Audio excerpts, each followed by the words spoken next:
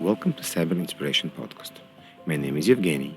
I have been around cybersecurity for the last 20 years and I have a lot of experience working with a variety of cybersecurity vendors.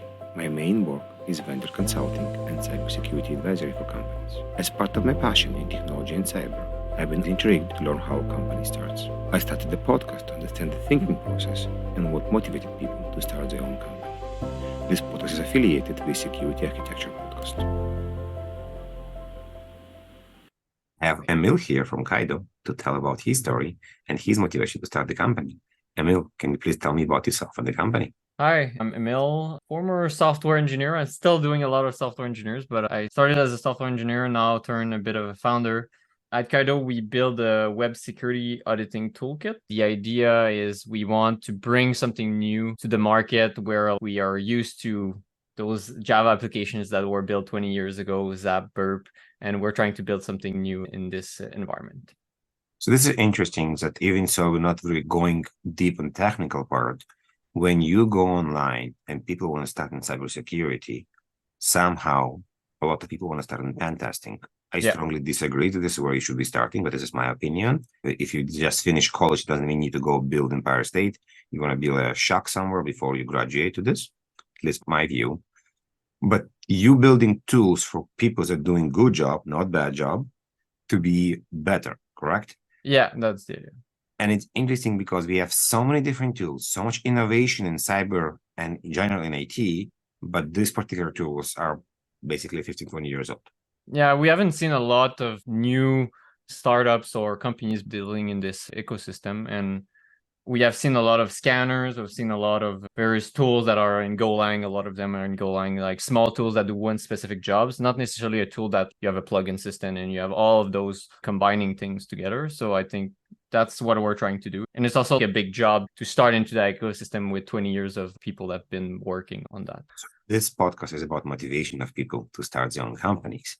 So a couple of years ago, what inspired you and your friends to start a company?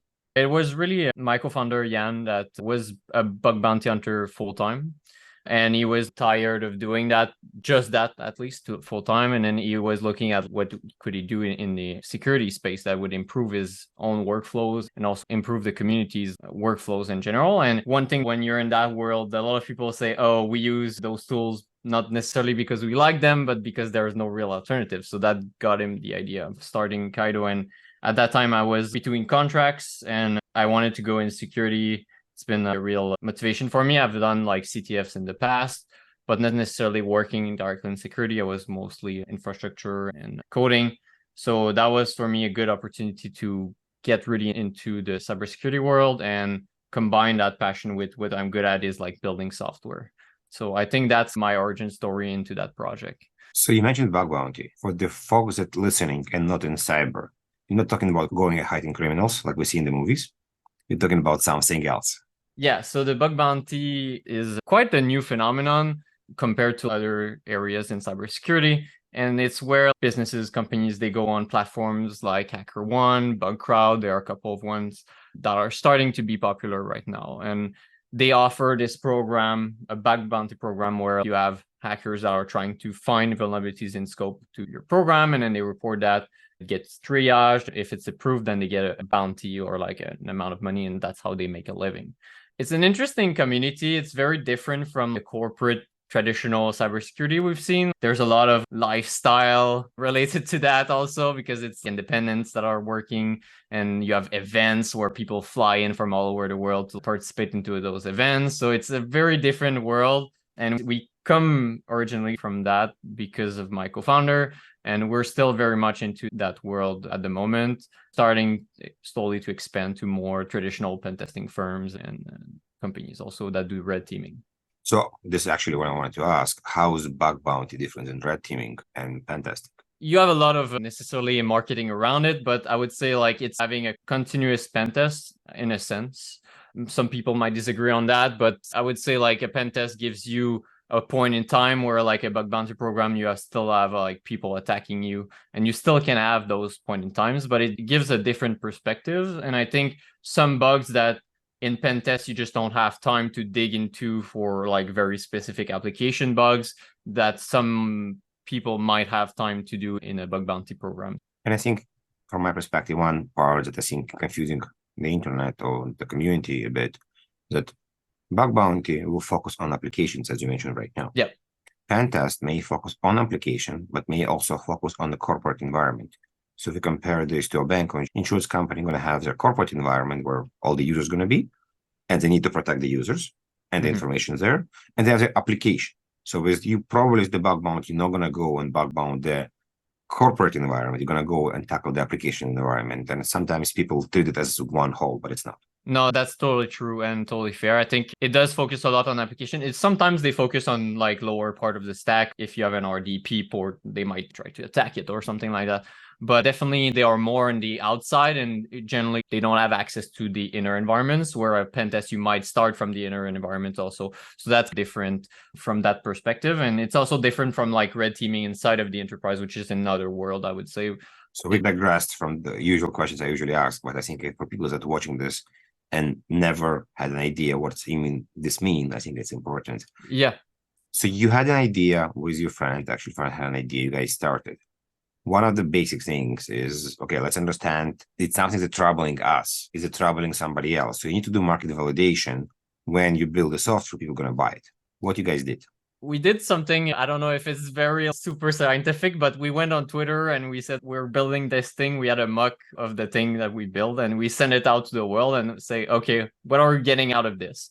And we got 1,000 people to follow us on Twitter, and we got around 2,000 people signing up on our small website with a sign in with your email. So we had 2,000 emails. So that for us was like a big motivation that, okay, we're not alone in being tired of the status quos and wanting something new out of this. So that was like our first market validation, and we started building with that. Do you try to raise money, or decided you just going to do it by yourself first? At that time, none of us had any experience in raising money. So we just started working on it. We said, we're going to do 1 year and just see what we can do in a year and start building that. So we didn't raise money at that time. And then that was last year. So basically mid 2021 to like end of 2022.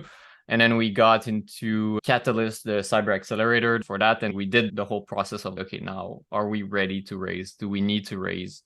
And right now we decided to continue to be bootstrapped. We can talk about that decision. It's a hard path, I would say, in general also. But yeah, that's what we're at right now. And I think we still want to continue on that path for now. I guess because you didn't raise money, your team stayed nimble as well. Yes, we didn't grow the team. So we're still like 3 people. And I think that's a choice you make as a bootstrap company. Obviously, you can't grow as fast, but also it's a niche market. So it's a bit harder for us to, if we wanted to raise, we could, but we would need to expand a lot our scope and our focus, where right now we still can be only for application pen testing. We don't need to go into any networking or anything like lower level or other protocols. So we are purely application. So let's dive into the management of the company. How it was for you to move from programmer to a founder? Because now you're not just basically coding. You need to make decisions. You need to make priorities. You need to spend some of the time selling as well. We're going to dive in more to the selling. Tell me about it. It's a big change. I was doing contracting before. So I think for me, it was easier because I already had the experience of having this client relationship. You don't have a boss that tells you what to do. So in contracting, usually, so you have your clients, you have expectations. So I think having that experience before, that was very valuable, something that my co-founders didn't have. I'd say what I learned a lot is you need, especially when you're bootstrap, you do need to have some basic understanding of accounting, some basic understanding of legal, marketing, everything, because you have to do a lot by yourself. Obviously, you hire people to help you in those areas, but you need to be able to speak their language.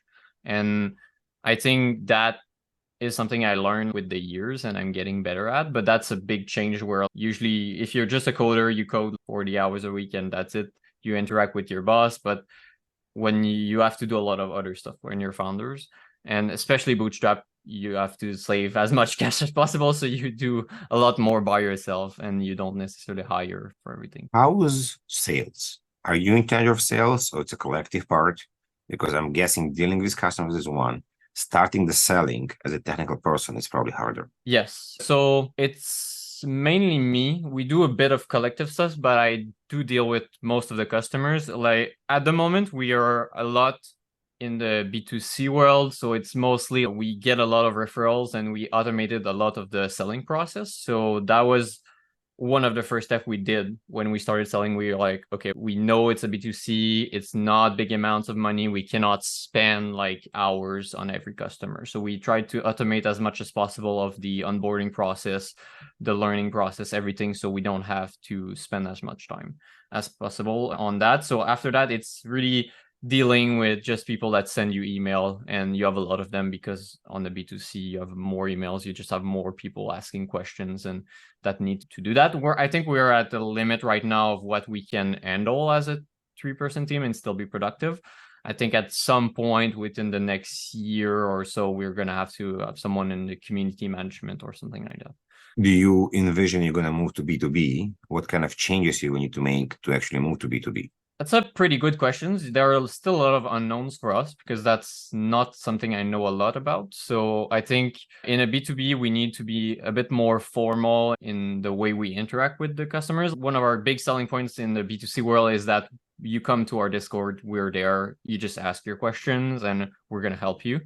And that's a big selling point when you're in the customer world. I think for the more enterprise world, you need like an SLA for like responding to customer questions, things like that. You need to be more formal. We have a cloud environments.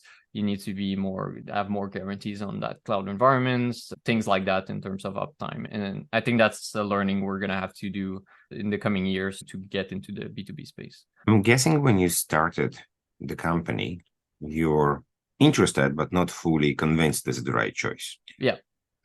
Is something happened for the last year and a half that shows you like, okay, I'm on the right choice, I'm doing this right, this is what I want to build. We don't need to pivot anywhere, we don't need to stop the company? I'd say pivot is always interesting. I think we know we are in the right track because we know that there are not a lot of competitors in that space. We know that people want something in that space. So I think when we did pivot a bit is at the beginning, we weren't sure how we wanted to do, how the approach is going to be to that problem, basically. So I think we pivoted a bit on that space. We went a lot more recently on the no-code, low-code solution. So the idea is we want people to customize their tools, but they are not necessarily coders. So we want them to be able to do their workflows with as little code as possible, or ideally without any code. So that's something new that we didn't have when we started. But in terms of the company, we know that we're still going to go in that direction of application testing, and we're still focusing on that. I think at the end of the day, when you're bootstrapped, you don't necessarily have an imperative, my bank account goes to zero. It's more, do I still want to spend another year of my own? It's always like a cost of opportunity, the way I see it.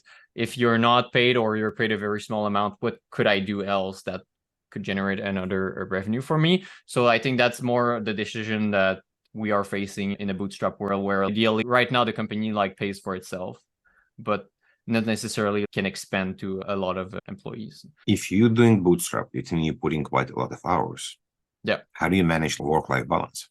Any tips or tricks? I think it's discipline. At the end of the day, my personal tip that I developed, because it's the same problem when you're doing consulting, you can theoretically do as many hours as you can because you get paid as many hours, and it's very hard to take breaks because of that. I would say at some point you basically build your own tolerance, and when you do a certain amount of hours, that is okay for you. So for us, we try to keep it as maximum 60 hours per week, because we know that if we do more than that, we're going to get burned out, and we have other interests, and we try to manage that with that. Necessarily, we have other contracts. Everybody on the team has other contracts, so we do take that time for that. And it's just a management of your priorities in life. I think we chose to be founders because we wanted independence.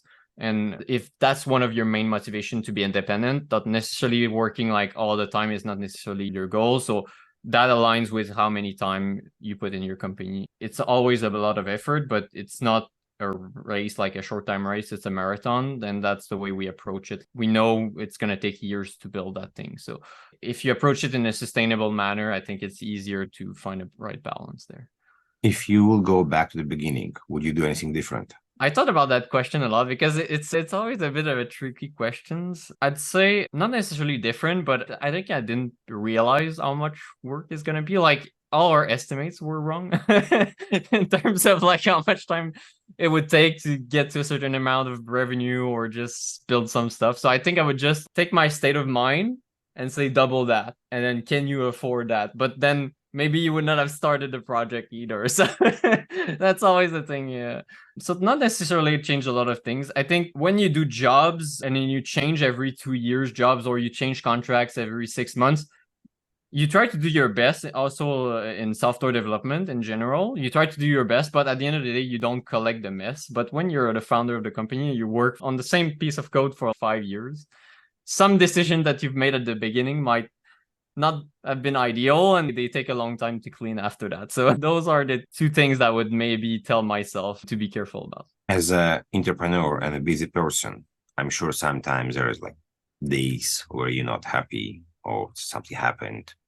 Is there a tricks you do, or what you do when you're basically down and you want to go back to yourself? Meditation, running, gaming? Yeah, meditation is very important. I try to meditate at least 10 minutes a day just to start the day. I found sometimes I'm very nervous or anxious, and not necessarily about the certain things, but just general anxiousness. And I think that clearing your head at the beginning of the day was one of the best learning I did. And in general, we have this channel on our Discord that is called Feel Good. And when you're down, you just browse a bit that, and every time we see something, customers saying they love our product, or just people praising us, we just put it a screenshot there.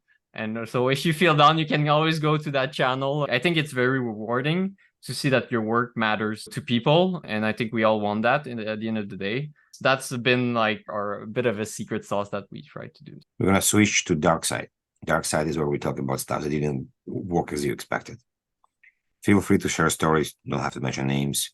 Tell us about the stories that you learned from it, or the stories that was basically not a good story, something that happened and it not what you expected and you feel bad about it, so just was not a good outcome. This might not be necessarily one story. I think in general, what I find very hard in the consumer space is that people don't like to pay for software. And I realize now that I'm a bit like that myself, and I don't realize it, or I didn't realize it before, that it's very hard to get individuals to pay for software in general. It's very easy to criticize certain business models or something like that. It's very hard to build a business. So I think that I do get frustrated, or it's harder for us to make a sustainable business just for B2C. I think we wanted to just be B2C for a long time. I don't think it's very possible in today's world. Like, there's so much stuff that people make open source or just for free or very cheap that it's very hard to enter and make a living out of a consumer-based product. It's very hard. I wouldn't say impossible, because it's always possible, but a niche consumer-based product, your chance of succeeding is pretty much not zero, but almost zero. I would say. I think that's something I didn't realize when I started, and I think it bummed me out a lot. Thank you very much. It was a pleasure talking to you. Good luck. You guys are a Canadian cybersecurity company. Very proud of having more companies right now in the Canadian security market. So good luck there. Yeah, thanks a lot, and see you soon. Thank you, everyone's listening. We will see you in the next episode. Thank you, everyone.